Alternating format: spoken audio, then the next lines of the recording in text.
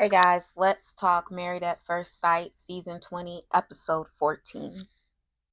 So, starting with the couples as they appeared.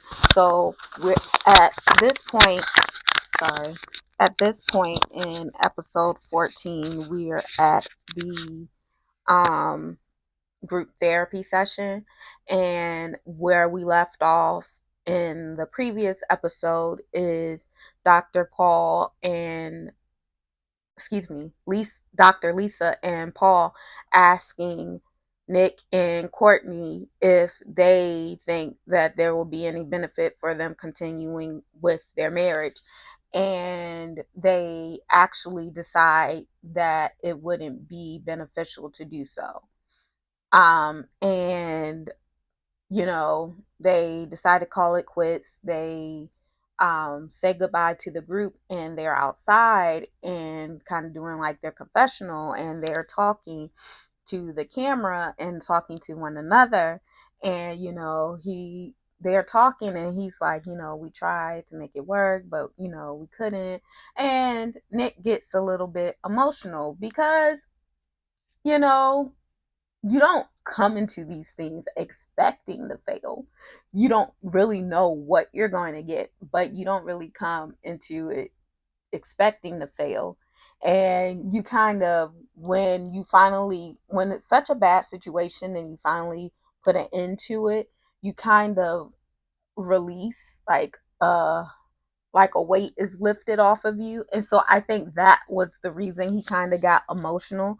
And then here comes Courtney. She's like, "Oh, now you want to show me some emotion." And he was like, "What are you like, so you ended things because I didn't cry? Like, what are you saying?" Of course I'm emotional now because I finally feel the weight and the burden off of me because we finally just stopped, pretending like this is going to work when we both knew that it wasn't going to work because you didn't want it to work. But, he's trying to, just get it over with. And he tells her that he appreciated, going through the process with her. But it's hard to do anything with Courtney. And I understand why Nick may have gotten overwhelmed and a bit emotional because having that relief off of your shoulders, because she's a lot to deal with. It is what it is. But then we have Sean and Nikki, and I wrote at the top of my notes, they're both full of it. Um, he was talking and he was saying that she's not very transparent with her family. Like, he hasn't really met them or got to, do anything or talk to them really. And she said that she wasn't emotionally safe enough to introduce him to his family, but she thinks that they're in a good enough space where she's willing to do so now, and that she can introduce him to his mom.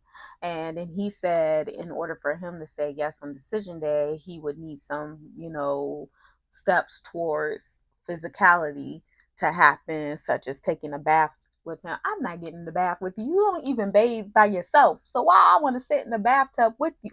I'm just saying. I'm sorry. I'm sorry. I'm sorry. I'm just saying. I'm not doing that with you, Sean. But anyway, um, then when they actually leave the couples therapy, they're at home and they're kissing and he's touching and feeling on her. And, they have a conversation about how he thinks that her mom's going to fall in love with her. And she says in her confessional that, when they were going through their rough spouts, she was telling her mom all of this, information. So her mom already has like a view or an image of him. She's not going to like him. If I tell my mom, y'all ever see that? If I tell my mom or if I tell my sister, it's a wrap. I'm just saying. She said, um, he said that she's gonna love me more than she loves you. I'm like, Nikki's mom not gonna like him at all. Then we have Felipe and Tori. I said that he's indecisive about what he wants to be, if he wants to be married, and basically Paul asks him, then why are you here? Which is a valid question, because you came here, the premise of the show, you're going to marry this person and see if you can make it a lifetime with this person. So why are you here if you're indecisive about if you can be married? And Tori says that she feels like she is being emotionally manipulated, and I agree. She said he sounded, when he was asked, if you want to be with Tori, he said yes, and Paul said he didn't believe it, and she said that he sounds like he said sounds when he previously said it, so she doesn't believe it either. And she says she doesn't feel like he's into her, and he said that he is afraid of how much he likes Tori.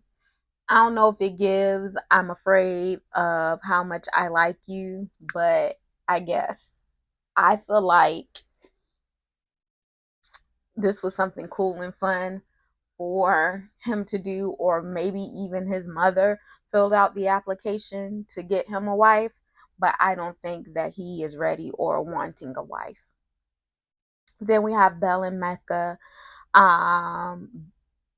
Belle says she isn't forcing anything, and I feel like me, Ashton, I feel like Mecca is never definitive in the way he speaks about Belle, and that's very telling. I think they both like one another a lot more than they're saying, but Belle's not going to do it because she's not going to let Mecca play in his face, and Mecca is not going to say it or show it because Mecca is afraid of rejection. And so his being afraid of rejection shows out in poor behavior to kind of push the person into pushing him away. Is all self-sabotage. He'll have poor behavior to kind of force the person to push him away so that he can say, see, I knew you weren't gonna stay anyway. That's what I get from Mecca. And I don't know, it's not Belle's responsibility to try and overcome that. And with that being the case, I don't know that they can.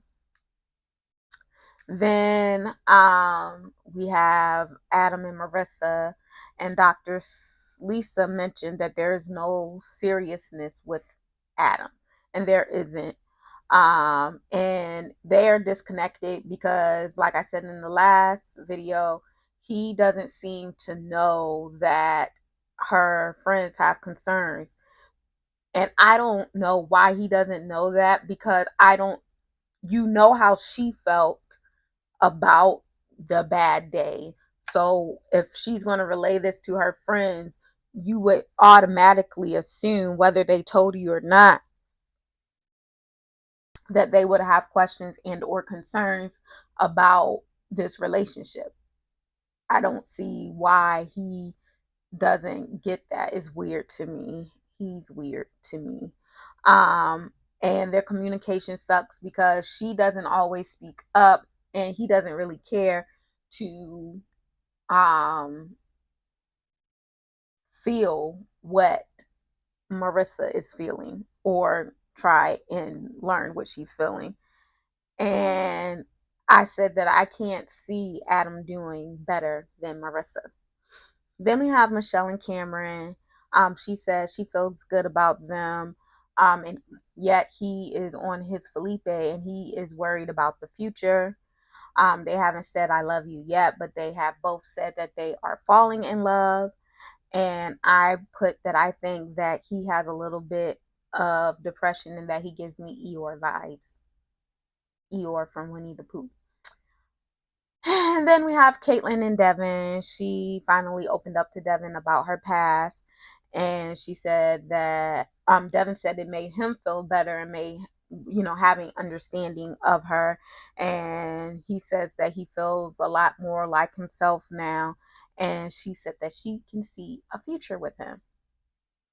So, yeah, that was Married at First Sight season 20, episode 14. And I will be back tomorrow with episode 15. Y'all have a good evening. Bye.